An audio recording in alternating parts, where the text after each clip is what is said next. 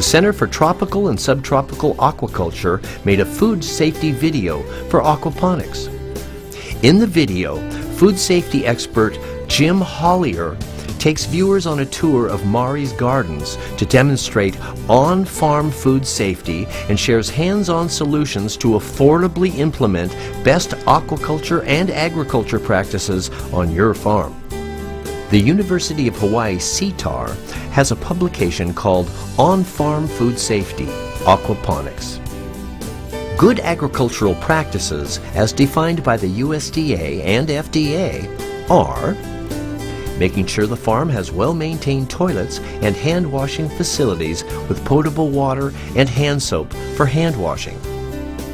Making sure employees are washing their hands before harvesting and handling produce.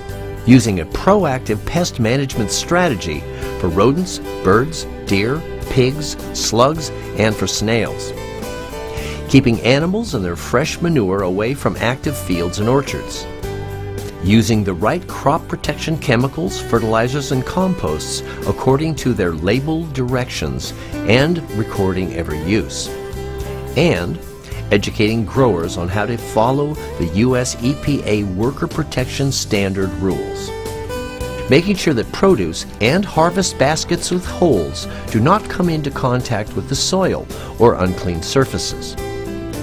Using appropriate quality water for irrigation and crop rinse as indicated by a water test from an approved laboratory.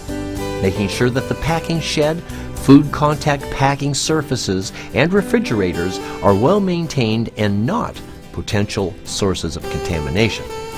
Labeling each cell unit with farmer contact information and the appropriate field and harvest information to allow traceback to a specific field within 2 hours. New farmers may contact the University of Hawaii CTAR for more information and for their free coaching services. Here are the proposed aquaponics system guidelines draft for food safety prepared by Jim Hollier, former CTAR Extension Specialist. Fish are cold-blooded animals, and being poikilotherms, they do not provide a compatible environment for germs, parasites, or microorganisms like warm-blooded animals, such as humans. It is rare that live fish pass any disease to humans, although dead fish may become contaminated in post-harvest handling or via cross-contamination. Production protocol. Production water with fish feces should not be used to top irrigate a crop, because the water may come into contact with the edible portion of the crop. While there is little or no risk from fish feces, it is best not to top irrigate with non-potable water. This is similar to the recommendations against top irrigation for terrestrial farms that pump water out of a river or other non-potable sources. Pesticides used in aquaponic systems can be harmful to fish. If pesticides are applied to produce crop, they must be used according to the label. Fish antibiotics protocol. Only FDA-centered veterinary medicine-approved aquaculture medications can be used for fish health. There are only a few antibiotics that are allowed in aquaculture production. The use of antibiotics must be supervised by a licensed veterinarian. Harvest protocol. Wash hands with soap and water for 20 seconds. Using a previously sanitized plastic-handled harvesting knife and a food-grade quality harvest basket, harvest the food product with your knife without lifting the entire plant out of the production tray.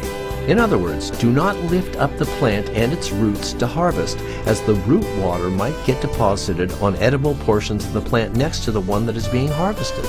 Once all harvested product has been removed from the tray and area, and no more harvesting is going to be done, then remove all the plant containers, stems, and roots and re-establish the production environment.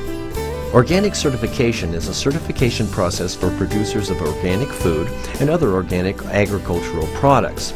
In general, any business directly involved in food production can be certified, including seed suppliers, farmers, food processors, retailers, and restaurants.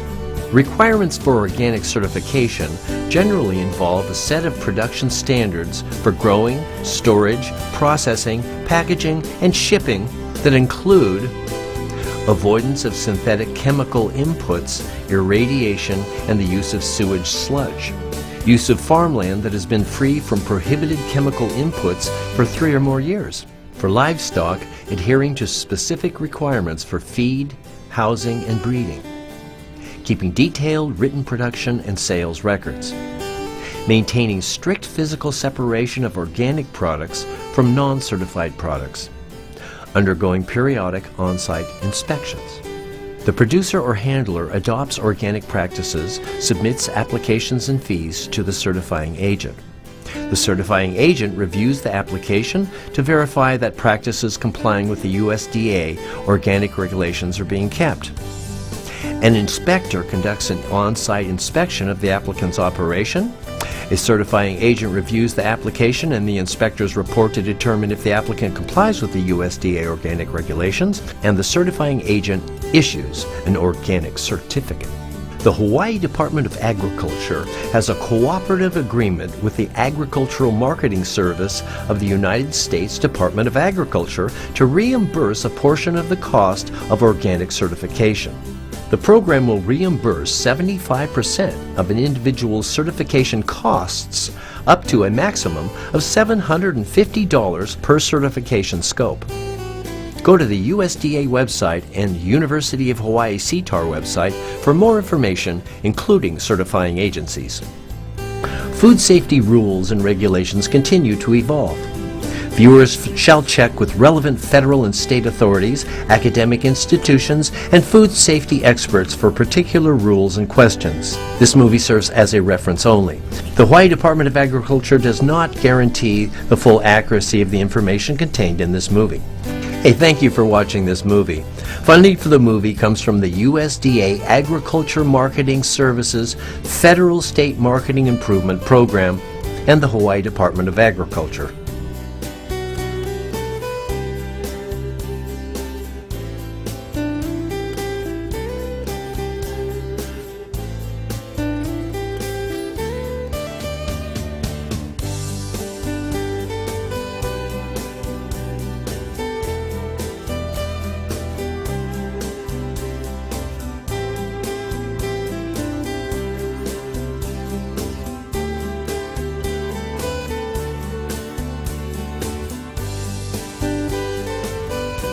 We encourage entrepreneurs and investors to start new farming businesses in Hawaii. How do you do that? Well, the first step is call Liz at the numbers given.